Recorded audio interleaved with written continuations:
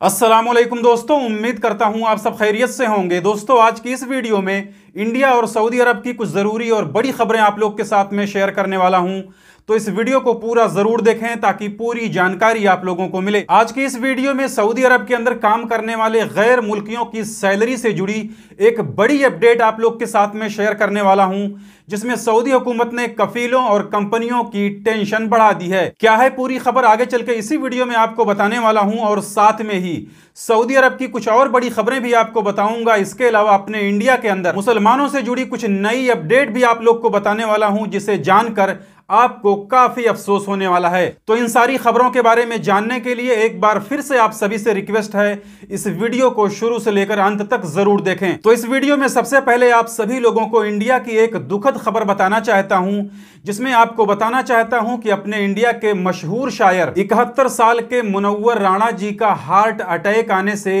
इंतकाल हो गया है। इसके अलावा अब आप लोग को बिहार के मुजफ्फरपुर की बताई जाने वाली एक वीडियो दिखाना चाहता हूं,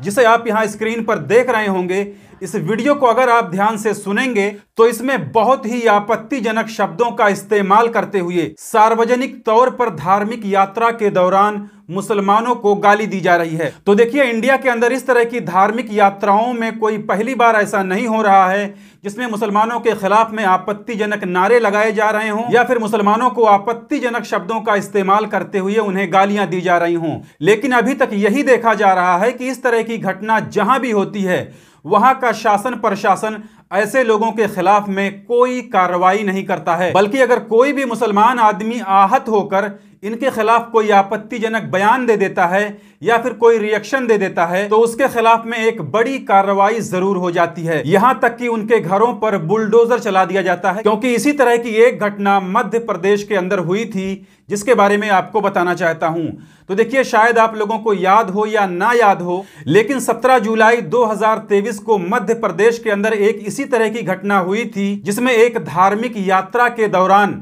यात्रा में शामिल लोगों के ऊपर थूकने के इल्जाम में अशरफ हुसैन नामक एक नाबालिग लड़के के घर को तोड़ दिया गया था। धार्मिक यात्रा में शामिल लोगों ने उस अशरफ हुसैन नामक लड़के पर यह आरोप लगाया कि उसने यात्रा में शामिल लोगों के ऊपर अपने घर के छत के ऊपर से थूका है, जिसके बाद में उसके ऊपर कार्रवाई हो गई, उसके ऊपर FIR हो गया, उसे जेल भी जाना पड़ा और बिना किसी जांच के उसके 3 मंजिला इमारत को बुलडोजर लगाकर जमींदोज कर दिया गया। लेकिन अब उसी केस में ऐसा मोड़ आया है जिसे जानकर आप चौंक जाओगे और अफसोस करोगे। तो देखिए, उसी केस से जुड़ी कल एक बड़ी खबर आई है, जिसमें बताया गया है कि कल कोर्ट में उसी केस के सुनवाई के दौरान उस केस के जो गवाह थे वो अपने बयान से पलट गए हैं, जिसके बाद अशरफ अली को बेल मिल गई, जमानत मिल गई, यानी उसके ऊपर लगाया गया आरोप झूठा साबित हो गया। तो अब बताइए, उसका 3 मंजिला इमारत जो बुलडोजर लगाकर जमींदोज कर दिया गया था, उसको बनवाने की जिम्मेदारी अब कौन लेगा? इसके अलावा अब बात कर लेते हैं सऊदी अरब की कुछ बड़ी खबरों के बारे में,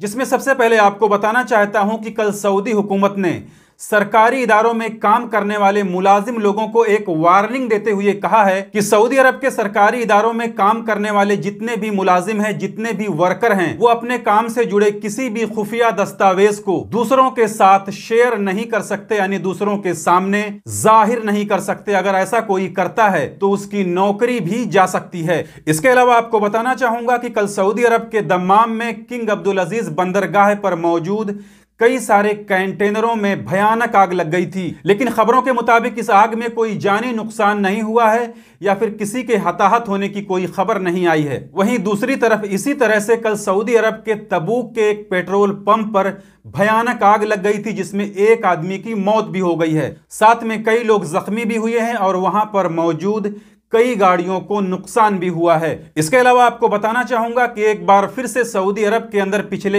एक हफ्ते में 18,538 गैर कानूनी गैर मुल्कियों की गिरफ्तारी हुई है, जिसमें से 11,047 लोगों को इकामा कानून की खिलाफ वर्जी करते हुए अरेस्ट किया गया है। इसी तरह से 3,000 से ज्यादा लोगों को वो मेहना यानी लेबर कानून की खिलाफ वर्जी करने के इल्जाम में गिरफ्तार किया गया है। इसके अलावा पिछले एक हफ्ते में ही इसी तरह से गिरफ्तार किए जाने वाले गैर मुल्कियों में से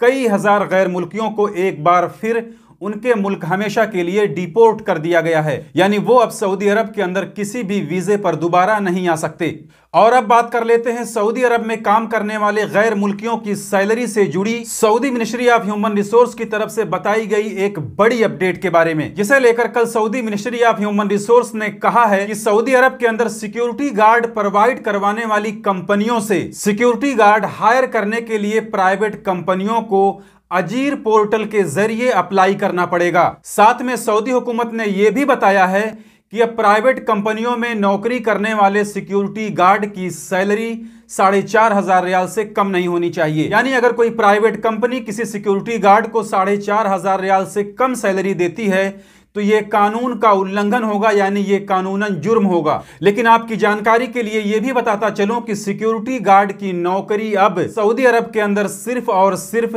सऊदी शहरियों के लिए रिजर्व कर दी गई है, यानी सऊदी अरब में कोई भी गैर मुल्की सिक्योरिटी गार्ड की नौकरी नहीं कर सकता। इसका मतलब यह हुआ कि यह अपडेट भी सऊदी शहरियों के लिए ही थी। अब पता नहीं गैर मुल्कियों की सैलरी को लेकर सऊदी हुकूमत की तरफ से इसी तरह की अपडेट कब आएगी जिससे गैर मुल्की लोग भी खुश हो जाएं। बहरहाल ये अपडेट सऊदी शहरियों के लिए थी। तो ये थी आज की इस वीडियो में इंडिया की कुछ नई खबरों के साथ साथ सऊदी अरब की कुछ बड़ी अपडेट, जिसे मैंने आपके साथ में शेयर कर दी। जानकारी अच्छी लगी है तो वीडियो को लाइक कर दीजिए। चैनल को अगर अभी तक आपने सब्सक्राइब नहीं किया है तो चैनल को सब्सक्राइब करके बेल आइकन पर क्लिक करके ऑल पे जरूर सिलेक्ट कर लीजिए, ताकि हमारी आने वाली और भी दूसरी नई वीडियोस की नोटिफिकेशन मिलती रहे। क्योंकि इंडिया और देश दुनिया की कुछ बड़ी खबरों के साथ साथ सऊदी अरब में काम करने वाले गैर मुल्कियों से जुड़ी जितनी भी ज़रूरी खबरें होती हैं वो मैं डेली अपने इस चैनल पर लाते रहता हूं। तो आज की इस वीडियो में बस इतना ही। मिलते हैं फिर अगली वीडियो में, तब तक के लिए इजाज़त दीजिए। खुदा हाफिज़।